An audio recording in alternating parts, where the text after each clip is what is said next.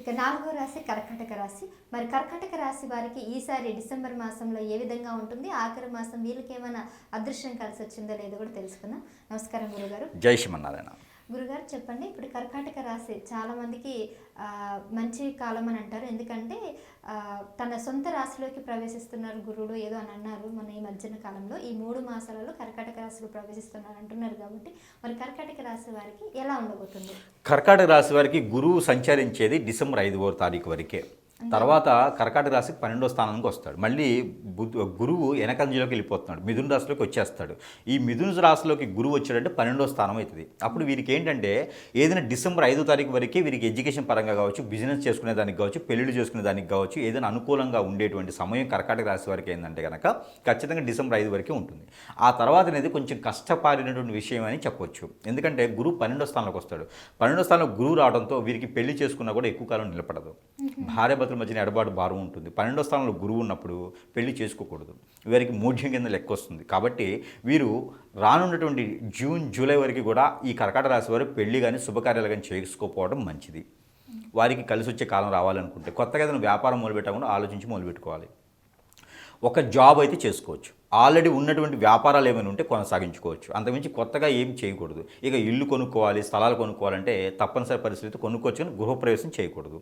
ఇక స్థలాలు కొనుక్కోవాలంటే కన్స్ట్రక్షన్ చేసుకోవచ్చు. మీ పేరు మీద కాకుండా ఇంట్లో ఎవరైనా అదృష్టవంతులు ఉంటే వారి పేరు మీద చేసుకోవచ్చు. ఎందుకంటే అంతా బాగుంటుంది. కానీ 12వ స్థానంలో గురువు ఉండడం వల్ల మనలో ఎదుగుదల అనేది ఆగిపోతుంది. కాబట్టి ఇంకొక 6 మాసాల వరకు 7 మాసాల వరకు అయితే మాత్రము మనం అలాంటి శుభకార్యాల్లో ఎక్కువగా మనకు సంబంధించిన వాటిలో ఇన్వాల్వ్ అవ్వకపోవడం, ఆ కార్యక్రమాలు పాల్గొనకపోవడం అయితే మంచి జరుగుతుంది కర్కాటక రాశి వారికి. మరొకటి ఏంటంటే విదేశీయానం ప్రయత్నం చేయాలంటే కనుక వచ్చేటువంటి సంవత్సరం జనవరి ఫిబ్రవరి మాసంలో ప్రయత్నం చేయొచ్చు. ఇప్పుడైతే అంత సానుకూలంగా లేదు. ఇక కర్కాటక రాశి వారికి కొంతమేర ప్రయాణాలు చేసేటప్పుడు ఆరోగ్య సమస్యలు ఉన్నాయి కాబట్టి కొంచెం మేర చూసుకోవాలి. అలానే కర్కాటక రాశి వారికి ఆరోగ్య సమస్యలు కూడా కొంతమేర కనిపిస్తూ ఉన్నాయి. ఆరోగ్య సమస్యలు ఏంటంటే కర్కాటక రాశి వారికి స్టమక్ రిలేటెడ్ సమస్యలు, అంటే కడుపుకి సంబంధించిన సమస్యలు ఉన్నాయి. దాంతోపాటు మోసపోయేటువంటి తత్వం కూడా కనిపిస్తూ ఉంది. ఎదుటి వాళ్ళని నమ్మేసి డబ్బు ఇవ్వడమా, బిజినెస్లోనా లేకపోతే వ్యాపారంలోనా, లేకపోతే కనుక నమ్మేసి మనసు ఇవ్వడమా, ప్రాణం ఇవ్వడమా, ఆస్తి ఇవ్వడమా, డబ్బు ఇవ్వడమా, ఎందులో కందులో అయితే ఖచ్చితంగా ఎదుటి వాళ్ళ మాటల్లో మనం పడిపోయేసి మోసపోయేటువంటి ఆలోచన అయితే కనిపిస్తుంది. కాబట్టి ఎదుటి వాళ్ళని నమ్మకుండా ఉంటే సరిపోతుంది. ఎదుటి వాళ్ళని నమ్మామంటే ఖచ్చితంగా మోసం చేసే తత్వంగా ఉంటారు. కాబట్టి ఎన్నో రంగాల్లో ఉన్నటువంటి కర్కాటక రాశి వారికి కూడా మంచి జరగాలి. మంచి జరగాలంటే ఎవరిని నమ్మకూడదు. మన పని మనం చేసుకోవాలి. మనకు సంబంధించినటువంటి పేజ్ ఏదైతే ఉందో అది ఎదుటి వాళ్ళకి తెలియచేయకూడదు. మన సీక్రెట్స్ మన దగ్గరే పెట్టుకోవాలి. మన వాళ్ళు, పక్క వాళ్ళు, తన వాళ్ళు, నా వాడే కదన్నా ఏమీ లేదు. అంతా బయట వాళ్ళే. చుట్టాలు లేదు, పక్కాలు లేదు, ఎవరు లేదు అనుకొని ఉండాలి. దేవుని ధ్యానంలో ఉంటే చాలా మంచి జరుగుతుంది.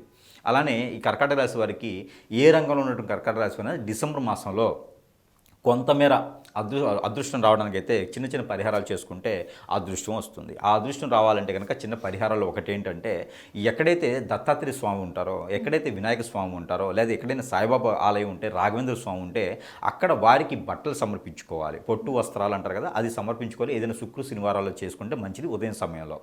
దానితోపాటు మనకి హనుమాన్ మందిరం ఉంటుంది. హనుమాన్ మందిరంలో ఏదైనా ఒక శనివారం లేదా మంగళవారం రోజున ఆకు పూజ చేయించుకోవాలి. ఇక వీరు చేసే దానం ఏంటంటే కనుక హనుమాన్ మందిరంలో వీరు మనకి నువ్వుల నూనె 1 కిలో, అలానే హనుమాన్ సింధూరం అని ఉంటుంది అది 1 కిలో, దాంతోపాటు గారెలు ఉంటాయి. మినపక్కతో చేసినటువంటి గారెలు ఒక 109 గారెలు స్వామివారికి సమర్పించుకొని, ఇంకా వీళ్ళకి ఓపిక ఉంటే హనుమాన్ మందిరంలో ఆకు పూజ చేయించుకోవాలి. శని లేదా ఆదివారం, శని లేదా మంగళవారం. ఆకు పూజ అంటే ఏ ఆకుతో పూజ?